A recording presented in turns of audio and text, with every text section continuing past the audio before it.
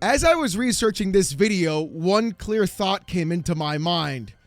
Who the hell has Valve pissed off the last 8 to 9 months to warrant this kind of attack on a simple PC storefront? And clearly, when I tell you this rundown, you're probably going to think the exact same thing. You see, we've been covering on this channel what's been happening the past year or so with payment processors like MasterCard, Visa, and even PayPal restricting what games are being able to be sold on Steam's own storefront and Valve's platform, having games removed, making Valve create brand new rules for Steam, and even then removing merchant banks, blacklisting developers from getting their payments for putting their games onto Steam in the first place, and at the same time removing access to what kinds of currencies are available for Steam to even use across PayPal. That's just step number 1, by the way. Then we find out that in the UK, Vicky Shotbolt is leading a head charge trying to sue Valve for millions of dollars because they charge a 30% fee for selling games on their storefront,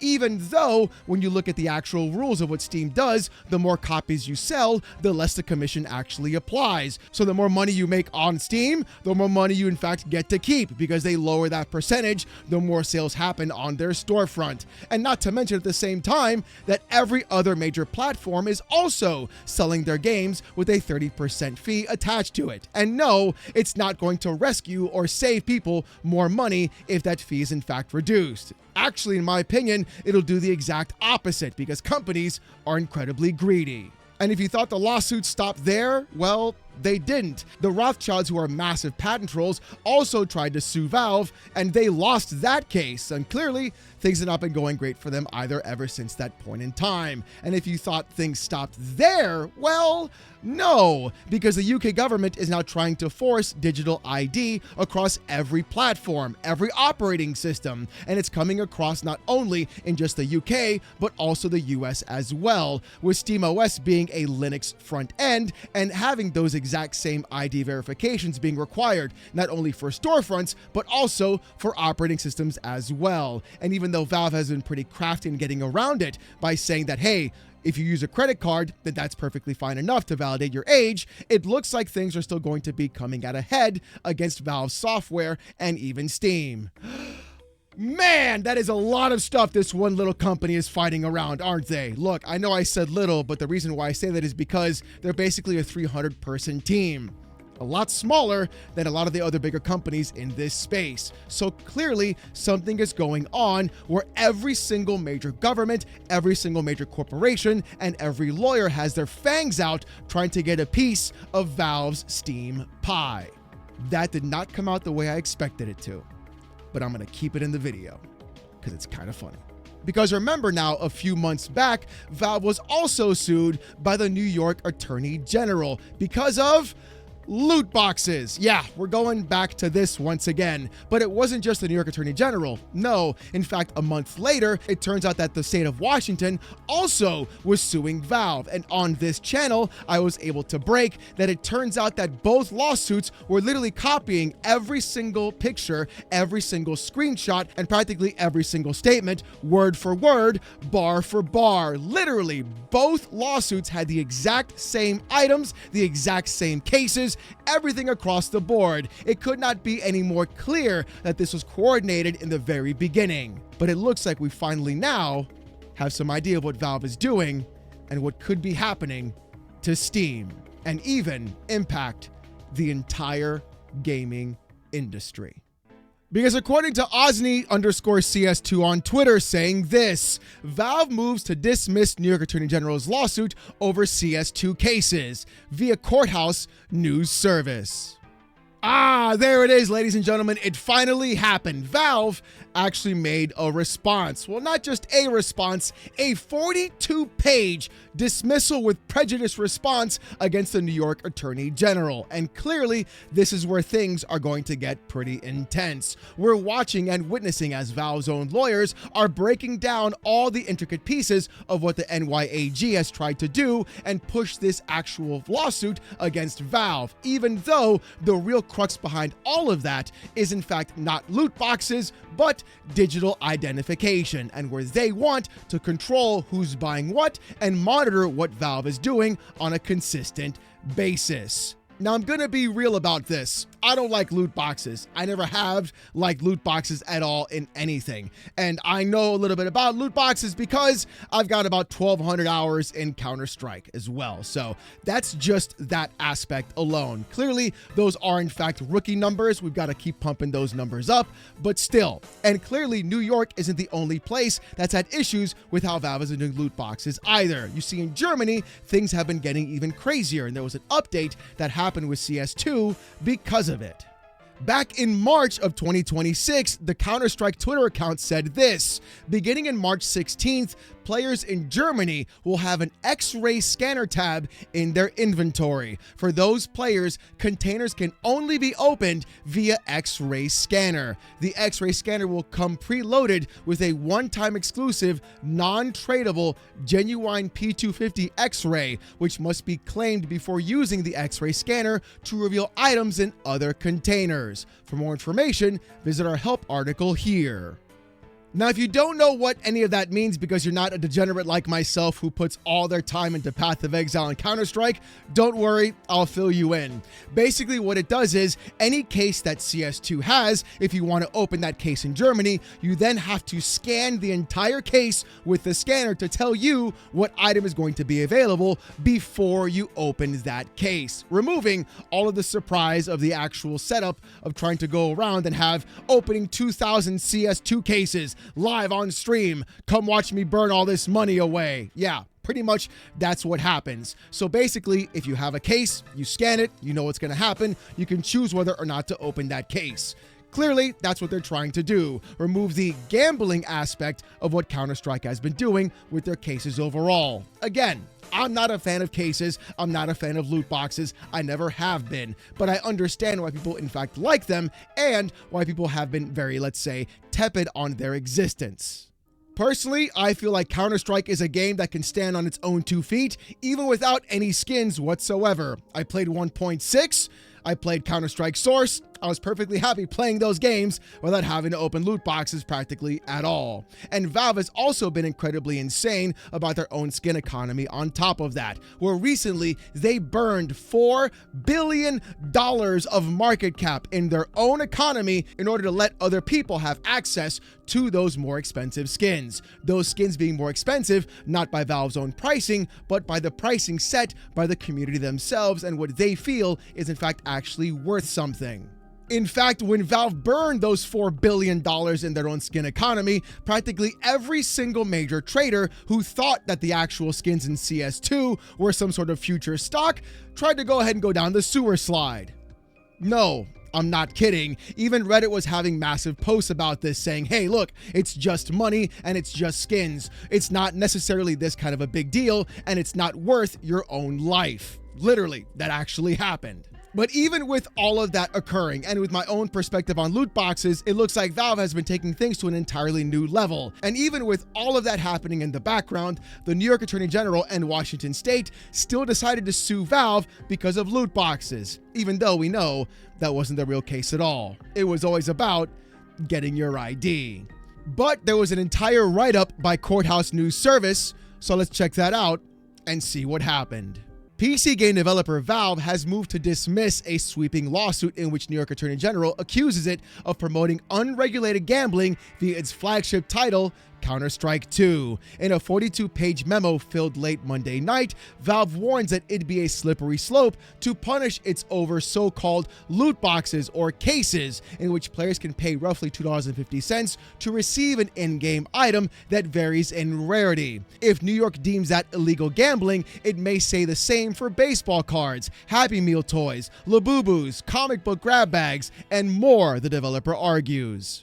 Saying, quote, each of those transactions and many more like them involves a purchase of randomized items that can be resold for cash, Valve writes in the filing. No court has allowed the executive branch to criminalize overnight such a breathtaking amount of commonplace conduct not specifically proscribed by a statute. This court should not be the first. Now, I know what you're thinking. Alex, what are they talking about? Why are they comparing loot boxes and cases to things like Labubu's and even cereal boxes or anything else? It's gambling. Well, by that logic, practically everything that you mentioned before is also gambling. Baseball card packs, Pokemon card packs, Magic the Gathering. It's all gambling. And if you're going to go ahead and make a law and state that, hey, these specific things like having a case in CS2 is gambling because when you pay $2.50, you open it to possibly get a skin that has value, then every other kind of content that is provided to you that is specifically sold in a pack and not individually is also gambling as well. And to make matters worse, you can physically sell those other items for real in-world currency, not unlike in CS2 where you have to sell those items either on a third-party website to then cash out those specific skins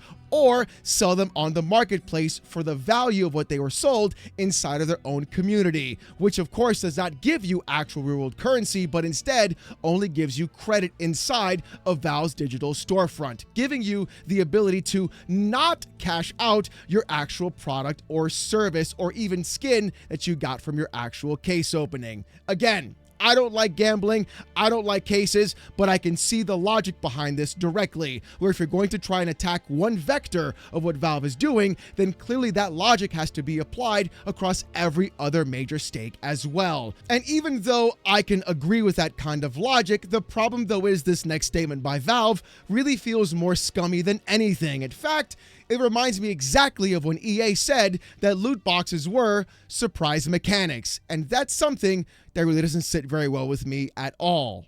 Take a look. In Valve's own 42-page primary statement, it says this: people enjoy surprises. Part of the appeal of many popular collectibles, from baseball cards to cereal box prizes, is the possibility of opening a sealed package and being surprised with a rare item. And while there is an element of randomness in opening baseball card pack that includes a one-of-a-kind Aaron Judge rookie card, no legislator or court has ever deemed that act illegal gambling. The New York State Attorney General now asks this court to do just that.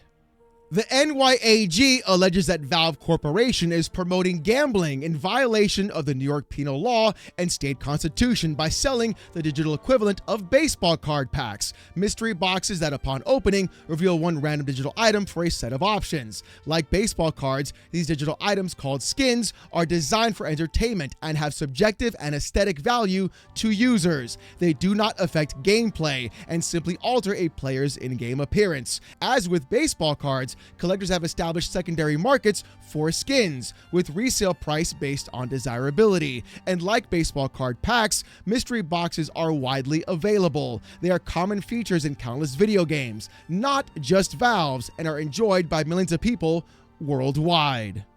Yeah, in my opinion, using something like surprise mechanics or people like surprises is incredibly scummy. Look, I'm sorry guys, I love Valve a lot and I like what they do, but I really feel like that kind of argument saying that people like surprises makes no sense whatsoever and personally should not have been included inside of that preliminary statement. The thing with cases and baseball cards and even Pokemon packs does make quite a bit of logical sense because they both share the exact same concept. You wouldn't call opening baseball card packs gambling, but they do share the same thing. You open the pack, there are specific cards there that are more valuable than others, and then there are secondhand markets where people then pay real money for those specific cards. One is physically tangible, the other one isn't. So clearly they could be part of that same correlation, and you could make the logical case they are in fact incredibly similar.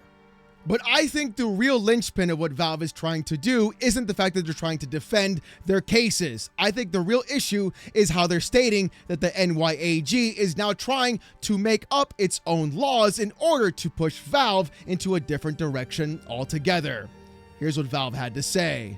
Each of those transactions, and many more like them, involves a purchase of randomized items that can be resold for cash. No court has allowed the executive branch to criminalize overnight such a breathtaking amount of commonplace conduct not specifically prescribed by a statute. This court should not be the first.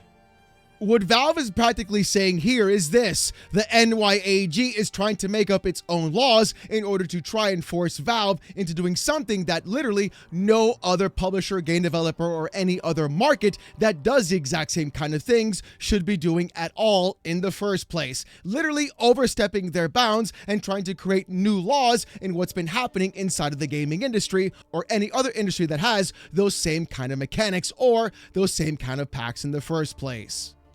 And I know what the next step is going to be, people saying, Alex, what about the third-party markets, the skin sites, all the places where people go to like CS Lotto to make those skins into actual cold hard cash? You can't say it's not gambling then when people take their skins and then they gamble them on those third-party websites to do those exact same things. Well, here's what Valve has to say about that as well, with Valve stating this: first, simply alleging the existence of a third-party market cannot be enough. If exchangeable for money or property encompassed any item that can theoretically be resold, the definition would have no meaning or limiting principle, and courts have squarely rejected such arguments. Where the NCAA's randomized ticket distribution system is not illegally lottery simply because tickets could be later resold at a greater price. Indeed, many other types of collectibles, like baseball cards, have a robust secondary market, where some fetch a higher price than others, but no one believes that makes them gambling. And to make matters even crazier, it looks like Valve is also pointing out as well that you can also gain skins not just from cases, but from other ways in CS2 as well. More recently, Counter-Strike players have also been able to obtain skins through a feature known as the Armory. A player can purchase an Armory pass using Steam Wallet funds, earn Armory credits through gameplay, and then use Armory credits to obtain a random virtual item. Just like a mystery box, the Armory gives a player one skin from a disclosed list. Players cannot select the skin, but they know the various options and probabilities of receiving each one.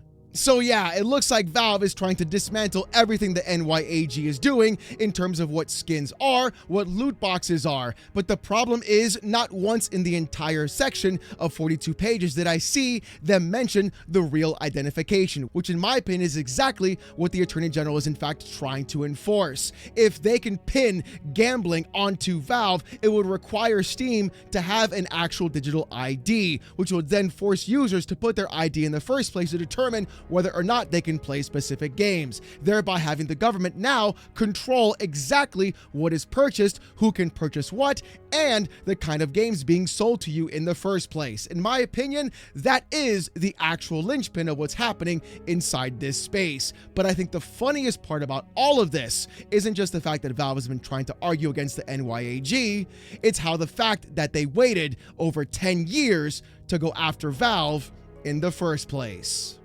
With Valve stating this: first, Valve began offering mystery boxes over a decade ago and has openly featured them since. Second, since their introduction, Valve has paid New York state tax on mystery box and key purchases. Third, no jurisdiction in the country has prohibited Valve from offering mystery boxes. Fourth, mystery boxes are ubiquitous in the gaming industry and have been for years. NYAG has never before taken steps to regulate, challenge, or oppose that practice by any of the other game developers, sellers, and marketers. On the contrary, as discussed below, in for Section 3B2, the New York legislature has many times rejected proposals to regulate mystery boxes. Valve, therefore, had every reason to think its conduct was lawful. In short, even if NYAG's novel theory extending to the term gambling to mystery boxes is correct, there are no plausible allegations that Valve knew it was promoting unlawful gambling. Failure to allege this essential element separately requires dismissal. Now look, here's the deal. Legally, I think Valve has a pretty strong case. Personally, I don't like loot boxes at all in video games whatsoever. And I think Counter-Strike and CS2 are strong enough games on their own where they don't need loot boxes at all to in fact be popular. Granted, Valve is making a ton of money hand over fist with them, and clearly they want to protect that aspect, but Valve has also done a lot to basically regulate their own market, so that way a lot of users can in fact enjoy those same exact kind of surprise mechanics across their games if they decide to do so.